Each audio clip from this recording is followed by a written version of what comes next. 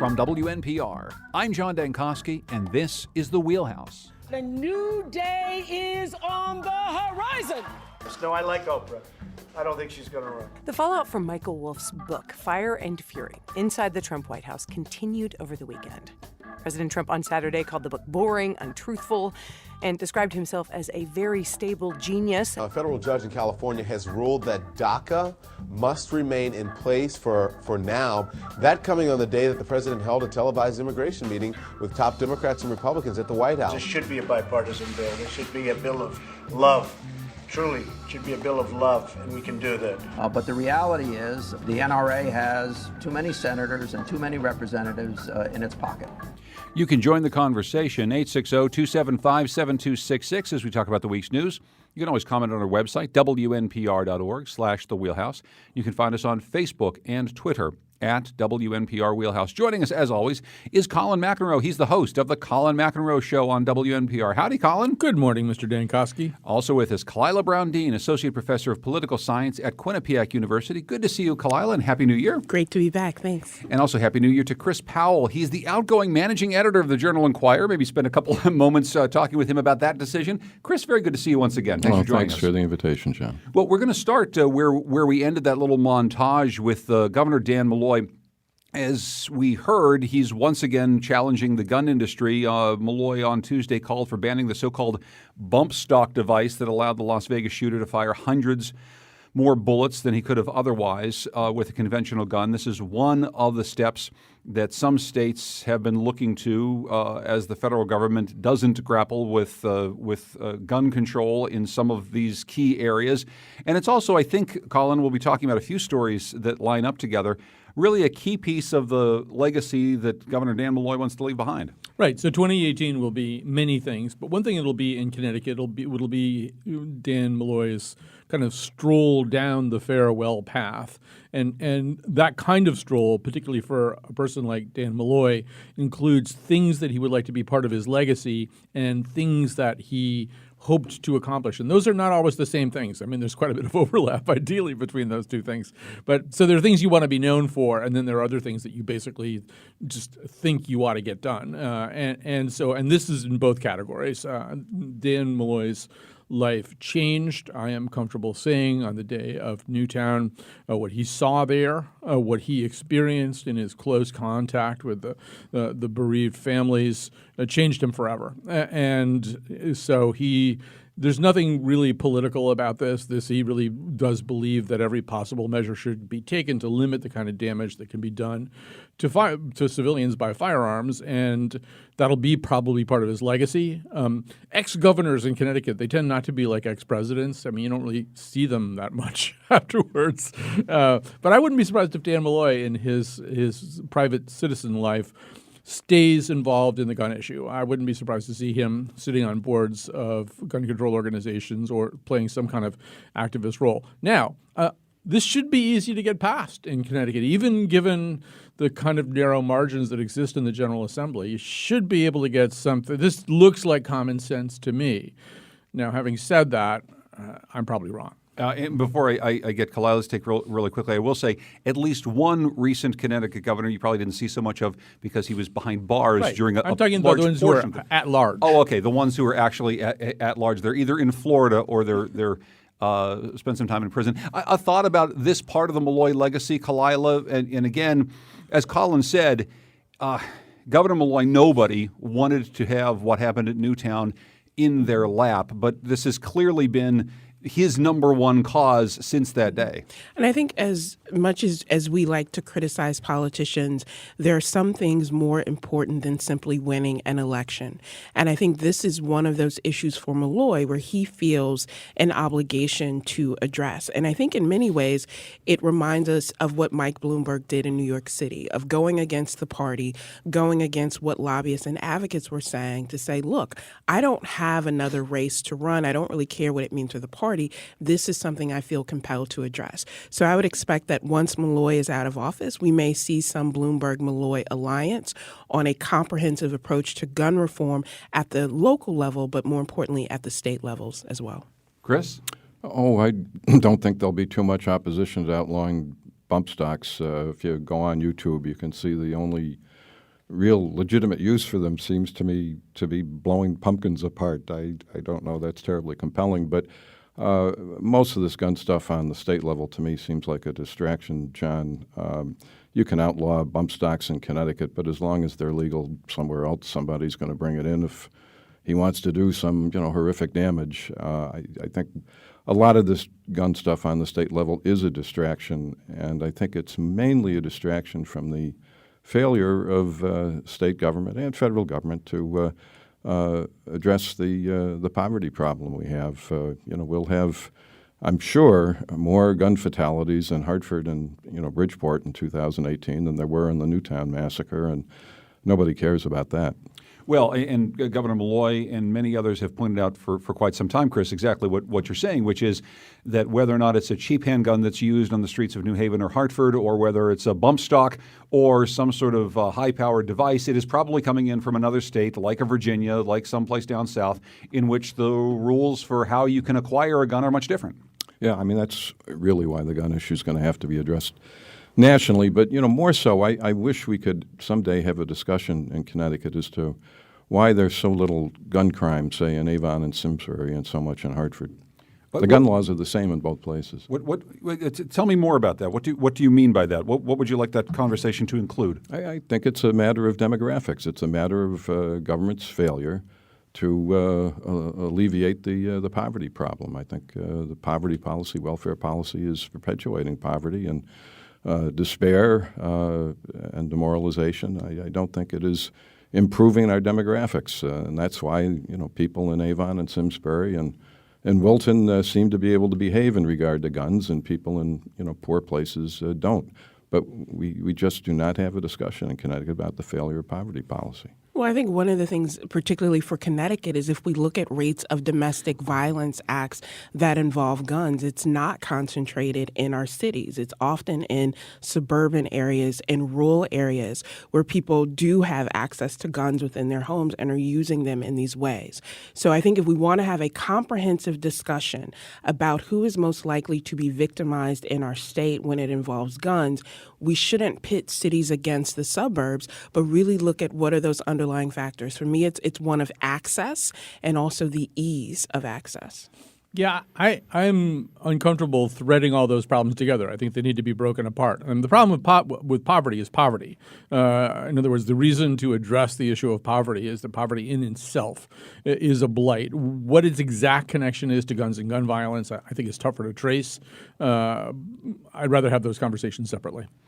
Let's turn to another little piece of Governor Malloy's legacy. He also announces this week he wants to nominate Andrew McDonald as Chief Justice of the Supreme Court, something we've talked about in the past, Colin. Not terribly a surprise to us. He's long been a political and personal ally of Governor Malloy, but it also sets up, I think, another way in which we can talk about the Malloy legacy, in which he would be nominating the first openly gay Chief Supreme Court Justice, Andrew McDonald, already the first openly gay Supreme Court Justice in the state of Connecticut. Yeah, so there's a lot in this. And it's always worth pausing and just thinking about what's changed in your lifetime. I became a journalist in 1976. This whole thing would just, it couldn't have happened then. I'm thrilled that we can reach a point where we have an openly gay Chief Justice, and I'm amazed in a very positive way by the changes of that kind that have taken place in my lifetime. Yes, as you say, this was a layup. Dick Palmer is and will continue to be the intellectual leader of the state Supreme Court, but he's probably a little bit too old at this point to be a good choice for Chief Justice. And this is kind of an administrative job, too. People forget that. It's not just sort of legal scholarship and judicial leadership among the members of the Supreme Court. You kind of are running a good-sized operation. And so that's a different skill set. Andrew probably has that more than a lot of his other colleagues on the court. The choice was a layup. I will say a couple of things here. One of them is, first of all, he's coming under fire right now for Peter Wolfgang of the Family Institute of Connecticut and Tim Herbst. This is mainly, in the case of Herbst, over capital punishment. We talked about this last week. Wolfgang's criticisms are probably a little bit more broad. This, in turn, occasions a broadside from William Tong on the Democratic side, suggesting that there's an ugly, and by that he means homophobic, quality to this criticism. I just, first of all, would say that one of the problems here is that although I think Andrew McDonald will be a fine Chief Justice, it's not great appointing politicians to the Supreme Court, right? People his main career has been as an elected politician.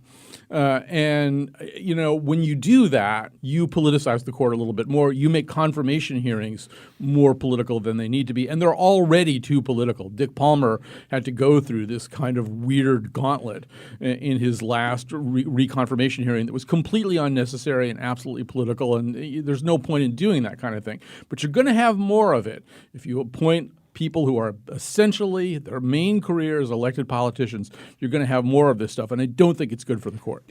Chris, I'll take you next. What do you think of that?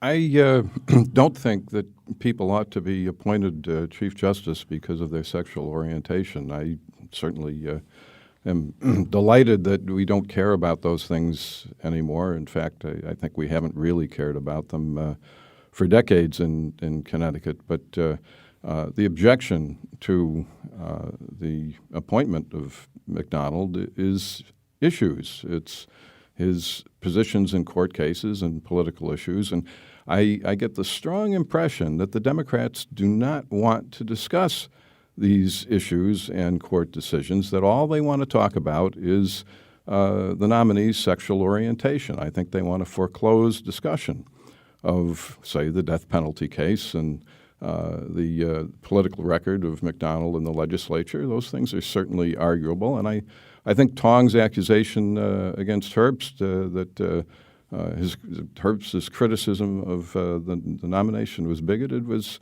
completely false and dishonest. I think the Democrats, all they want to talk about here is sexual orientation. They don't want to talk about the political issues that will be decided on the court. I think it's pretty fair to say that I don't think that he's being appointed to this position because of his sexual orientation. Is that what you're saying that the perception is? You read the governor's press release yesterday. It was a very big deal to the governor to point out his nominee's sexual orientation. It came up twice at the top of the release. And even more extraordinary, the governor's office followed it up with a press release containing the endorsement of McDonald's nomination by 17 prominent political people and legal people. I don't see releases like that from the governor's office, very, very often. I mean, I truly don't care about his sexual orientation. I suspect that 99% of the people in Connecticut don't care. I would like to have a discussion of the death penalty case.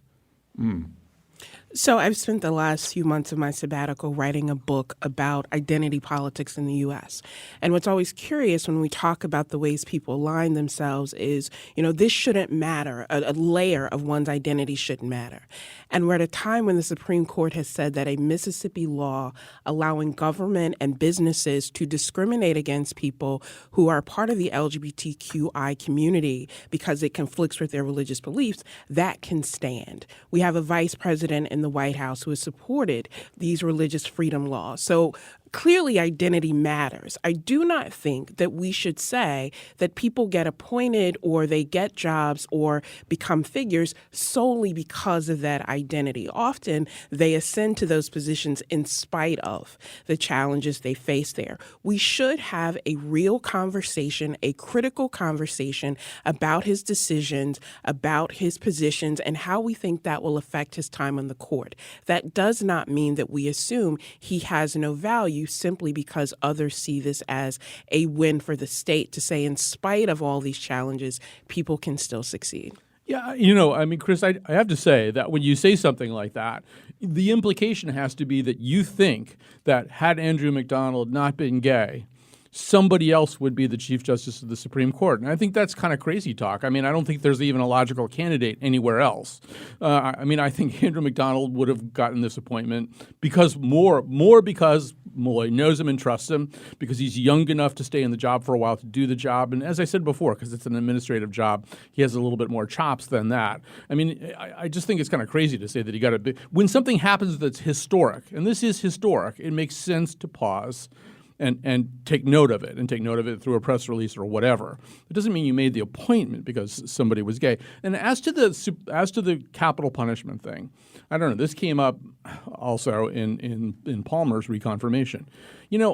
In general, when we confirm justices, We look basically at their credentials, their background, and it's usually not a great thing when we start talking about issues and about sort of the specific positions they have, unless they have weird outlier positions. But this was a majority opinion. This wasn't some weird, freaky thing. It was 4-3. It was very narrowly divided. But it wasn't some weird, freaky thing that some strange little justice somewhere has this opinion that doesn't fit in anywhere else. Yeah, it was a 4-3 majority opinion. It's settled law. So, I mean, the notion that Andrew McDonald should have his feet held to the fire because he has this, boutique opinion about capital punishment is absurd. It's a majority opinion. It's not some weird little thing that he needs to be called on the carpet about. Well, I'll get into that opinion and why I think it was dishonest if you want, but I'm not saying that Malloy nominated McDonald because of his sexual orientation. I'm saying that the nomination is being defended on that basis when that's a complete distraction. Malloy nominated McDonald because he's a longtime pal and because he's a judicial activist who can be expected to legislate from the bench in a liberal way. That's why the governor nominated McDonald. He didn't nominate him because of his sexual orientation. However, the Democratic defense of McDonald's nomination is to distract from the issues of the court and the political issues and to try to settle it on sexual orientation. I'll give you that. I think Tong went too far in going after Herbst. I think Herbst is all about the capital punishment thing. I don't think it's I think Tong was a lot of line on that. I think we probably shouldn't wade into these waters and not spend just a moment here. So clarify your position on this, Chris. As we talk about the actual death penalty ruling, what are your specifics on that case, as Colin says, on this narrowly decided case? That case held that the death penalty in Connecticut had become unconstitutional because the public's opinion had changed and now held that capital punishment was cruel and unusual. In fact, the law that had been passed was a compromise. It was a compromise that eliminated death sentences for the future, but purported to guarantee that the sentences already ordered would be carried out. Why was the law passed that way? Precisely because the legislature knew that capital punishment maintained majority support among the public. But the court ruled that the law signified that the public was against capital punishment and considered it cruel and unusual. It's completely dishonest. Well, I have to say, as someone who is very active in the movement to abolish the death penalty in Connecticut, particularly on behalf of murder victims' families, who said that was something not only out of touch with public opinion, but undermined this idea of redemption and fairness, it was a much more difficult dance there in terms of what would happen prospectively and what would happen with those current cases. I don't think it's a bad thing to say that public opinion evolves or that the statutes and laws we have should reflect that. But I don't think that was the only reason that the court was offering that it needed to change in Connecticut. Just want to take a quick phone call here. Ken's calling from Hartford. Hi, Ken. Hi. How are you all today? Happy New Year. And I just want to say, Mr. Powell, thank you so much for your service to our community.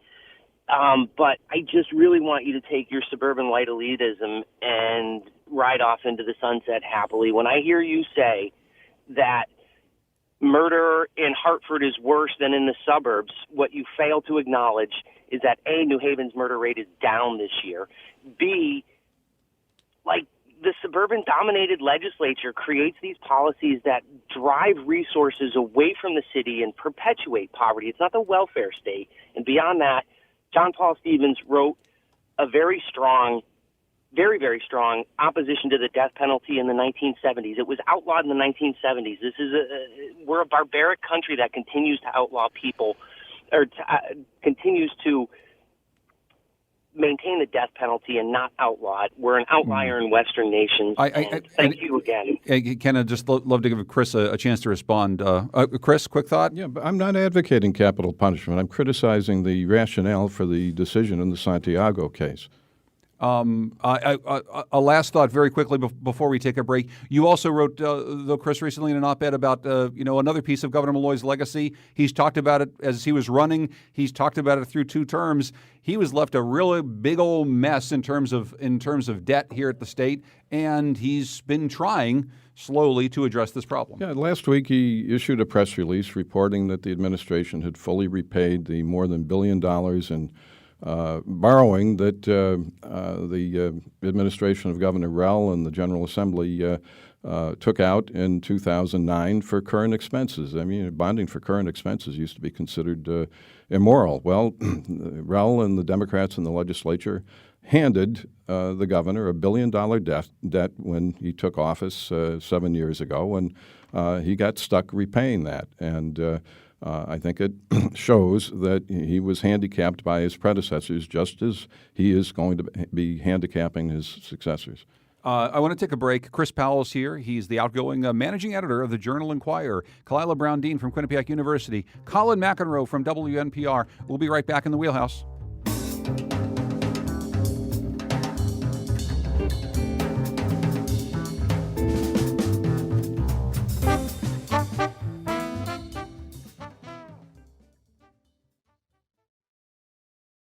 This is The Wheelhouse. I'm John Dankosky. You can join us, as always, to talk about the week's news, 860-275-7266. We are joined today by Chris Powell, the managing editor of the Journal-Enquirer newspaper, Kalila Brown-Dean, associate professor of political science at Quinnipiac University, and our own Colin McEnroe. What's on your show today, Colin? We're doing a show today about awkwardness and about the power at times of awkwardness.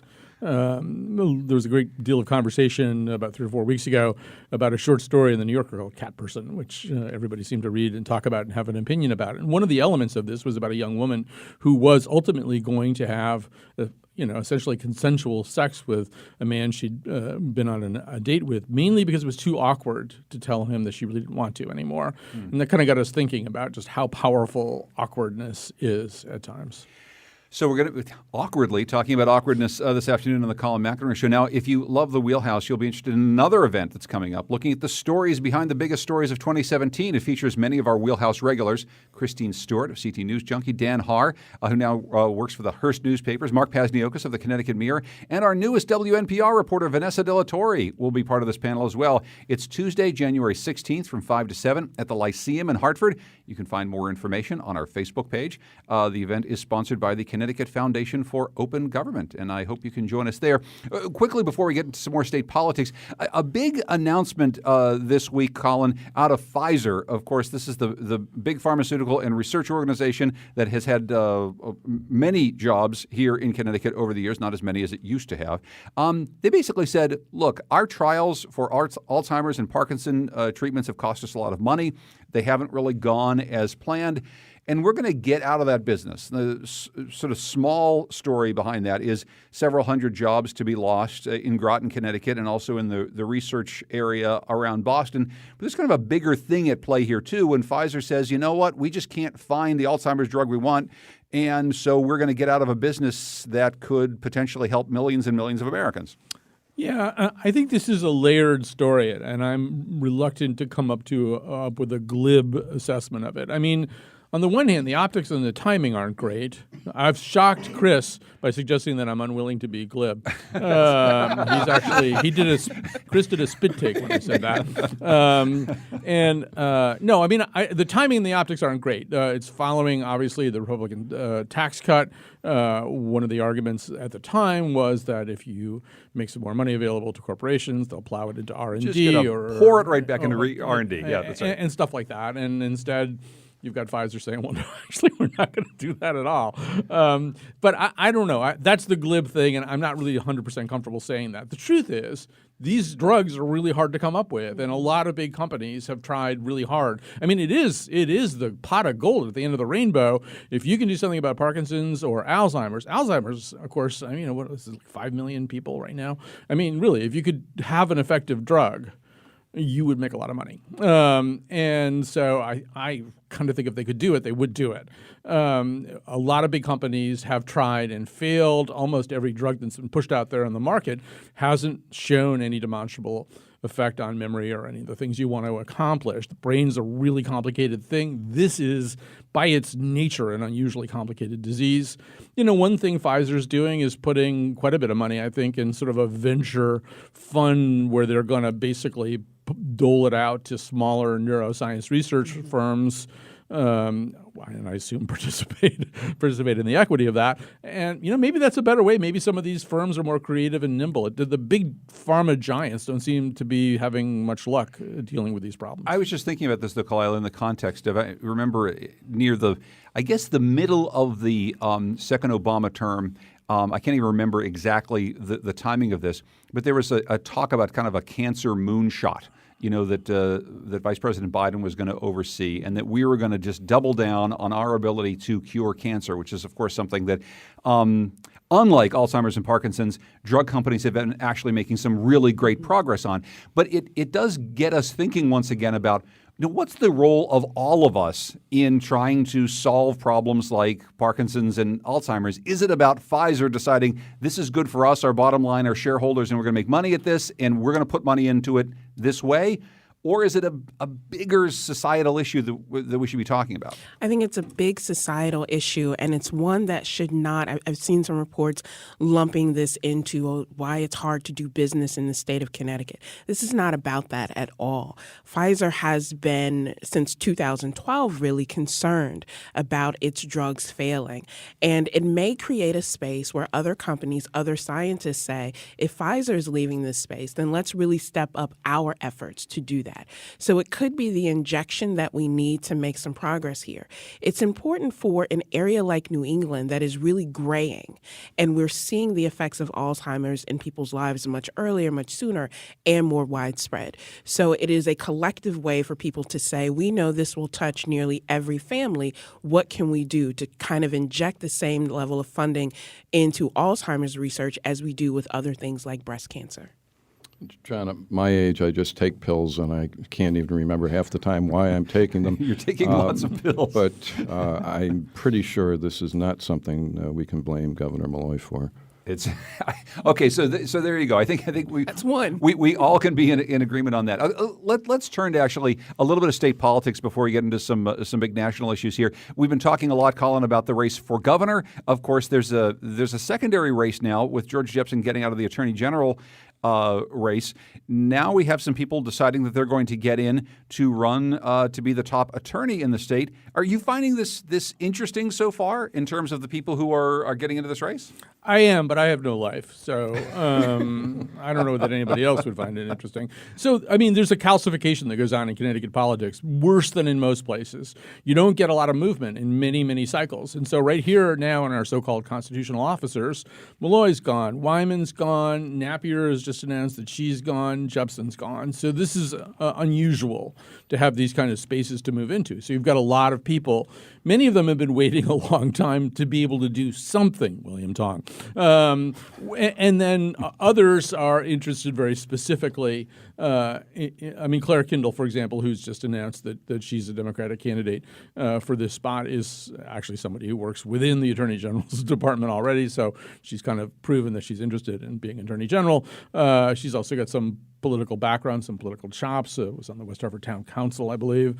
So, I mean, you've got a kind of a mix. But what you do have suddenly are a lot of people, I haven't even begun to name them all on the Democratic side anyway, exploring this possibility. Chris Matty was another person who obviously was part of the gubernatorial pack and then dropped down, I think appropriately, to the Attorney General line when this became available. On the Republican side, there's so far, to my best of my knowledge, one candidate, somebody who declared right away, a guy with some background as a U.S. attorney and as a state legislator. I'm wondering quickly, though, Colin, if I can extrapolate from our earlier conversation about whether or not it's good to have, politicians on the bench as part of the Supreme Court. I mean, what about a role like Attorney General if you have people like Claire Kindle or Chris Matty who seem to be less political and more like lined up to be attorneys general?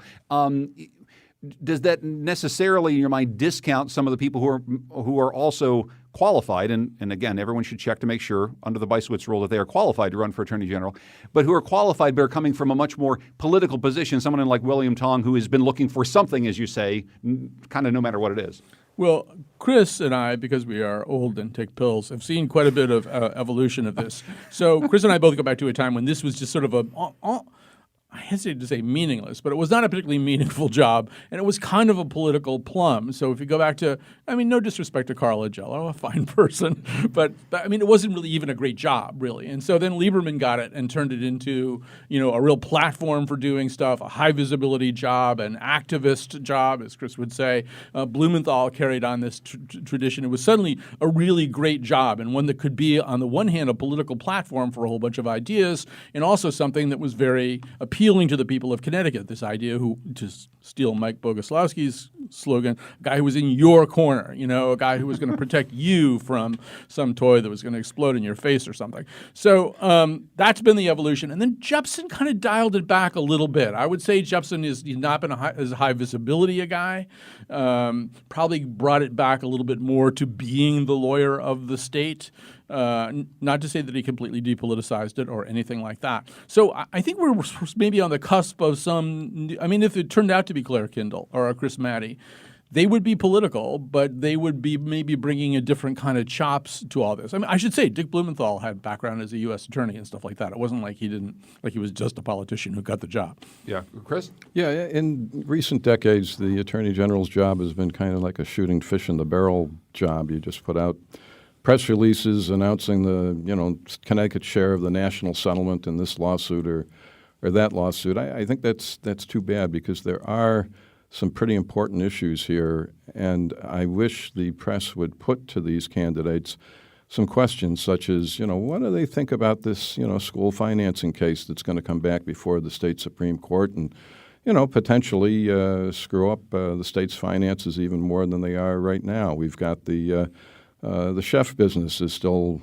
bubbling along in the court system, and I don't think there's ever been a more catastrophically expensive disaster than the chef business. It was supposed to integrate our schools. Well, we spent billions for magnet schools, and we don't even have 50% integration in Hartford. And as far as integration in the other towns, it's not even on the table. I think the AG candidates ought to be asked about issues like that. Anybody can put out a press release saying that, we just got $140,000 out of a lawsuit that was brought by, 50 state attorney generals. Big deal. And I will say, Kalila, contrary to what Chris is saying, it seems as though the role of attorneys general in the United States as a whole is actually shifting away from that, looking at state issues, looking at things that might actually matter in Hartford or Bridgeport or Avon, and really signing on to some of these big cases in which they're going to be affecting federal or national policy because they're defending states' rights against whether it's a Republican or a Democratic majority in Congress that seem to not care as much about the states as they care about sort of getting things done for themselves. And I think we're going to see that more, especially this year and the next 2 years, on things like net neutrality, immigration, marijuana enforcement, that kind of pushback, not just against the U.S. Attorney General, but also reclaiming this notion of states' rights in the context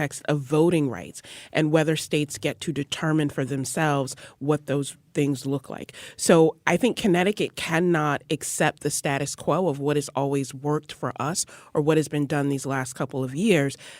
I think attorneys generals across the U.S. will now play a more visible role, particularly as Congress and the president sort of set a path that can have a negative impact on state economies. Right. So Claire Kindle, in declaring, laid that out right away, that she sees her biggest mandate is to overturn or fight back against Trump policies, net neutrality, immigration, stuff like that. So, and I do want to say one thing about the Attorney General in Connecticut, which is it's sort of a weird job because you have a lot of discretion, except when you don't. So we all remember the famous moment where Blumenthal found himself on stage with Roland, who was popping some champagne over, was it Chef? Yeah, it was Chef. And so Blumenthal looking wildly uncomfortable. I mean, you're the lawyer for the state, sometimes in cases where your role doesn't reflect your inclinations at all. So it is interesting and important to know basically what their attitudes are about some of these pressing questions that Kalila and Chris have outlined, but they don't always get to walk the walk they want to walk anyway. But before we take a break, Colin, you had mentioned this other race, a challenge on the Democratic side last week, just a little bit. But I know you kind of wanted to expand upon some of the interest that you have in Andy Fleischman, a 12-term representative in the state, getting a challenge. Right. So I think primaries are really good, by the way. I think primaries are good for both parties. It helps people not get too comfortable in their jobs. I think new blood is good too. I look at a case like this. So Andy Fleischman is I think in his 12th term now. He's got a primary opponent, a Democratic primary opponent, a young woman named Jillian Gilchrist, I believe. And in the coverage so far, I mean, this may change, but in the coverage so far, what I note is that Andy, who was interviewed by Ronnie Newton, said that he'd had a conversation with Jillian and he'd asked her whether or not there were votes that he'd cast that really bothered her, and she said no, she couldn't really think of any. So this is really more a primary about I want your job, which is totally legitimate. But I prefer primaries where you say, I want your job and I know I could do a better job than you're doing right now. I don't think that's kind of the tenor of this, but it might also, it's a little bit of, and I'm a woman and I'm young and it's sort of my time and it's, and I get that. I really do get it. But on the other hand, you sort of look at a person like Fleischman, who I think has been a really good legislator. I'm sure Chris disagrees, but I think I would say the same thing that Jillian Gilchrist said. I can't think of a vote Andy ever cast that bothered me. So, I sort of think, I have two value systems that are kind of clashing right now. Hey, I don't think I've ever, kicked Fleischman over anything. I think I was just guessing. I was intuiting. No, I think he's probably thoroughly predictable, but then the woman who's challenging him would probably be thoroughly predictable. I think I would ask them, well, what do you stand for? How do you differ? And maybe they've got something, intelligent to say. Well, I think it connects to our earlier conversation about McDonald, right? That people don't get appointed to these positions simply because of their identity, but you also can't use that as your only credential for why people should support you. So, yes, she can talk about how she brings something different to that office, but it has to be substantive and policy driven. And I think that if she actually enters the race, we'll see that, but it does raise this bigger point about how people use that as an entree into politics. We're going to take a break. When we come back, we're going to close our show today with a conversation about two people who a couple of years ago we probably wouldn't have put in the same sentence. Steve Bannon, Oprah Winfrey. We're going to talk about that coming up next in the Wheelhouse with Kalila Brown-Dean from Quinnipiac University, Chris Powell from the Journal-Enquirer, and our own Colin McEnroe. I'm John Dankosky. This is the Wheelhouse.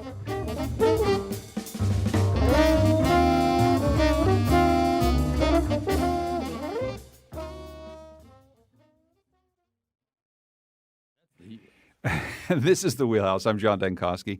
You can join our conversation 860-275-7266 as we talk about the week's news with our own Colin McEnroe, with Chris Powell from the Journal-Enquirer, and Kalila Brown-Dean from Quinnipiac University. All right, I'm going to put two people together that we don't usually talk about together, both because they had big weeks in a different way. First, we're going to hear from Oprah Winfrey. Here's a much acclaimed speech she gave at the Golden Globes. This event, of course, once a year, is kind of a drunken Hollywood party that's captured for television audiences. This year, a bit more sober affair because of a lot of what's been happening in Hollywood, starting with Harvey Weinstein. So here's Oprah Winfrey accepting an award and giving a speech that I think a lot of people said may have launched her in a different direction. The new day is on the horizon. And when that new day finally dawns, it will be because of a lot of magnificent women, many of whom are right here in this room tonight, and some pretty phenomenal men fighting hard to make sure that they become the leaders who take us to the time when nobody ever has to say, "Me too," again. So that's part of Oprah Winfrey's speech. And I don't know, Kalila, I'll start with you and just get this, get a little bit of the feeling that has come after that. Oprah and others talking somewhat openly now about, well, maybe this points to a run for president down the road. I think many people have decided to formulate opinions on this already because we've got nothing better to do than formulate opinions. But also because, look, we've got a guy who is in the White House right now who is really a reality television star. And he had some other baggage behind him. Oprah Winfrey is someone who has put on television programs for years. She's also a philanthropist, a movie maker, and a lot of other things. But, I mean, how seriously do you take, after that speech, calls to draft Oprah to get into a presidential race? So I think it speaks to this angst amongst the American public of wanting something different or someone different, not just in the White House, but really in politics in general. When you think about the general malaise amongst the American public right now, wanting that kind of energy and inspiration in the White House again, or in politics in general, is totally a separate question from qualification, or for me, the most basic question is interest. Is this something Oprah even wants to do? And I think, the most basic qualification, she's over the age of 35, native-born American citizen. She's been a resident at least 14 years. She meets those basic qualifications. So hearing the discussion about why Oprah would be bad, that to me has been more alarming. Okay, and I want to get back to your thoughts on this, Chris. Oh, well, I don't doubt she'd be a better president than what we have now, but, Soupy Sales would be a better president than what we had now. Is he still around? He's dead, actually. Right? He'd still be a better Even president. so. He doesn't meet those basic qualifications that Kalila just so clearly laid out to us 30 seconds ago. Even so. He's over 35. But I'm afraid all this is just the trivialization of politics. Maybe it's what we deserve, but it's just too depressing for me to talk about. Well, Kalila's right. People are incredibly thirsty now for something better than what they've been drinking. But when you're walking through the desert and you're really parched and you're thirsty, that's the time when you might drink out of the wrong water hole, right? You want to be very careful where you drink. There are a lot of things that I admire about Oprah Winfrey, but I think if she ran, she'd have a lot of questions to answer. And you could even start with that speech, which has been justifiably acclaimed as a great speech. It's also kind of an illustration of how Hollywood still doesn't have its story straight about this stuff. Whenever somebody like Matt Damon says, well, nobody knew about Harvey Weinstein, he gets torn apart, and everybody says it's an open secret. Well, there's this now widely circulated picture of Oprah Winfrey kissing Harvey Weinstein on the cheek in 2014. She's had a long association with Harvey Weinstein in lots of different ways. So which is it? Was it an open secret where everybody knew that this guy was the devil, or did nobody know? And so you go from there to, I said this on social media, this is our top government job. It shouldn't be somebody's first government job. I think we're seeing right now the consequences of that. I do think that Oprah Winfrey's, at least she's either really enjoying listening to people kind of talk this through, or she's somewhat interested. I don't know which, because otherwise she could have shut this down, right, in the last 2 or 3 days. Sure. And I would have admired Oprah Winfrey a lot if she had said, you know what? You need to look at the Kamala Harrises and the Kirsten Gillibrands and the Castro. I don't pick somebody, the Castro brothers. I don't mean the people. You need to look at people who spend their life preparing for this. You've got to stop looking at celebrities, for your leaders. If that's not how she feels, obviously there's no need for her to say it.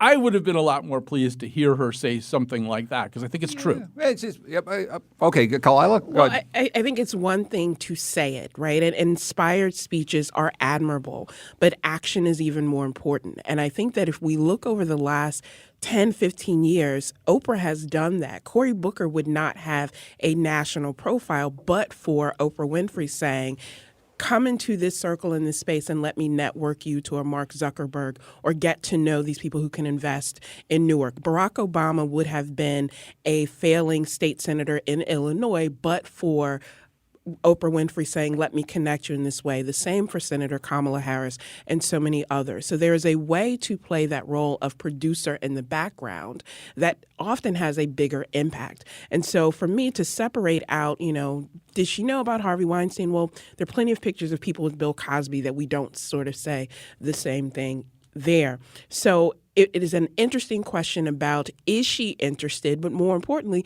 what is it that we want to see, not just from politicians, but from celebrities with a public platform? Chris?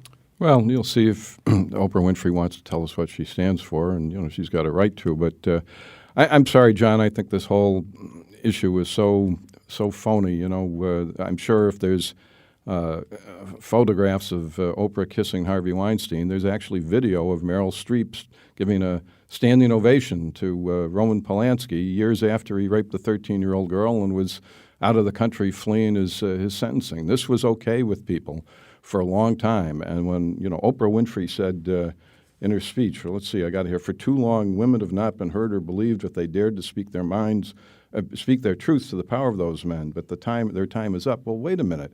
The women knew what was happening here. Hollywood has been notorious for the predation of its casting couch since movies were invented, and actresses decided to play along with it as the price of wealth and fame that they wanted. They were going to pay that price. Not believed. The moment several of them got up and criticized Weinstein, they were instantly believed. I mean, today you can accuse a man of any sexual misconduct anywhere and be instantly believed. All you had to do was speak up and stop playing the game.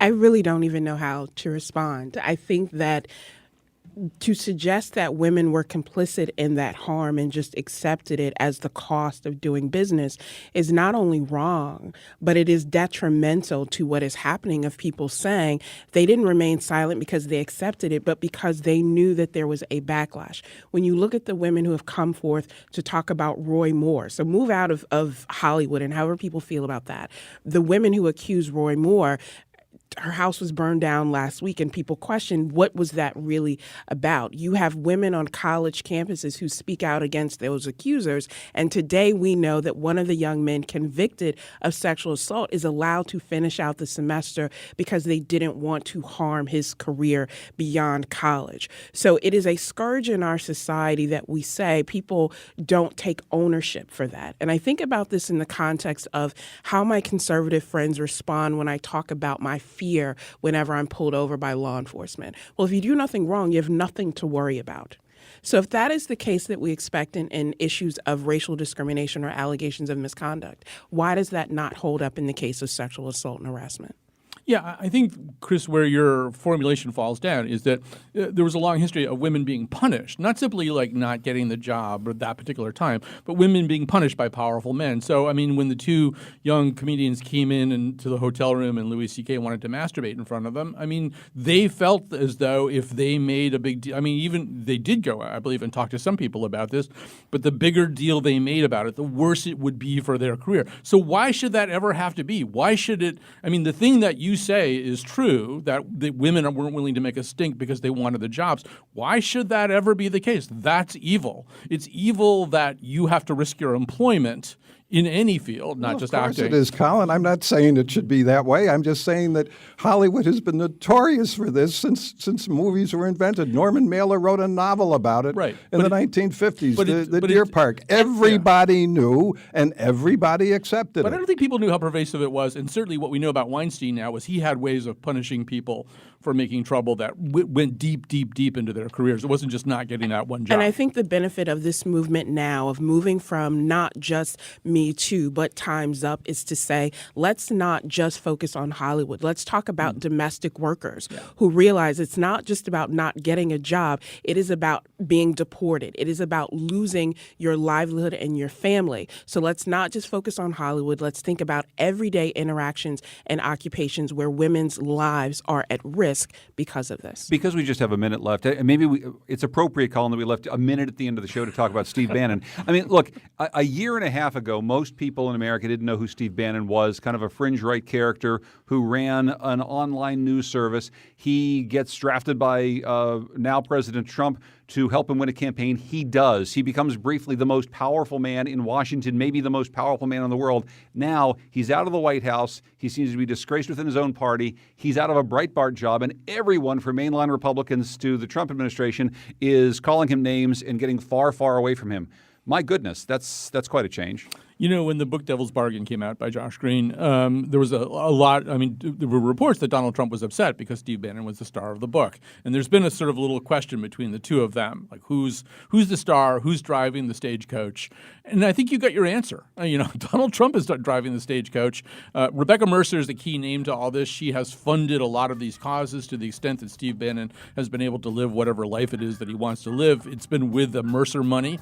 And when the Wolf book came out with those quotes in it, she pulled her money out of a lot of Bannon stuff. And usually it is about the money. It's about the money this time. That's why Bannon finds himself on the outside. Well, maybe he can always go back to Hollywood. Colin McEnroe from the Colin McEnroe Show, Kalila Brown-Dean from Quinnipiac University, and Chris Powell. Thank you so much, Chris, and congratulations on your retirement. It's very good to see you one more time. Oh, it's nice to be here. This is The Wheelhouse.